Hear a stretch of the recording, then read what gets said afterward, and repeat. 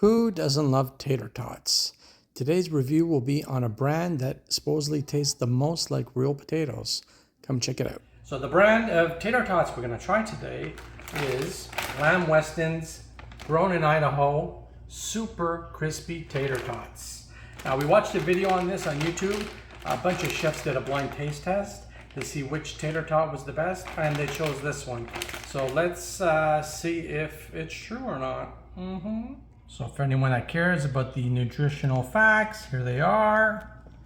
If you look on the back of the bag, they do give instructions for air fryer. I love when they do that because more and more people are using air fryers since it's cheap, fast, and easy. So let's open them up and see what they look like. Now, I've tried McCain, I've tried Cavendish. They're all very good, but these are supposed to be something special. They smell like cold potatoes. And how do they look? Like tater tots. Cold taters.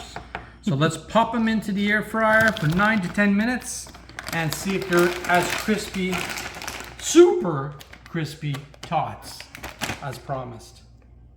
So we're just gonna start with a few. I'm gonna use my beautiful air fryer by Drew Barrymore. Air fry. Time 9, let's put it 10 minutes. And temperature is gonna be 360. Whoops, 10 minutes. Temperature. There we go. 360. I'm used to cooking at 400. And then we press start. See you in 10 minutes. All right, they're done. Ooh, they smell good. They're crispy. Golden. They're golden brown. Let's take one and try it out. All right. Let's listen in. Oh, that sounds crispy. So they're really crispy. They're a little bit greasy. And there's like a bit of powder on them. So they smell really good. Let's try them out.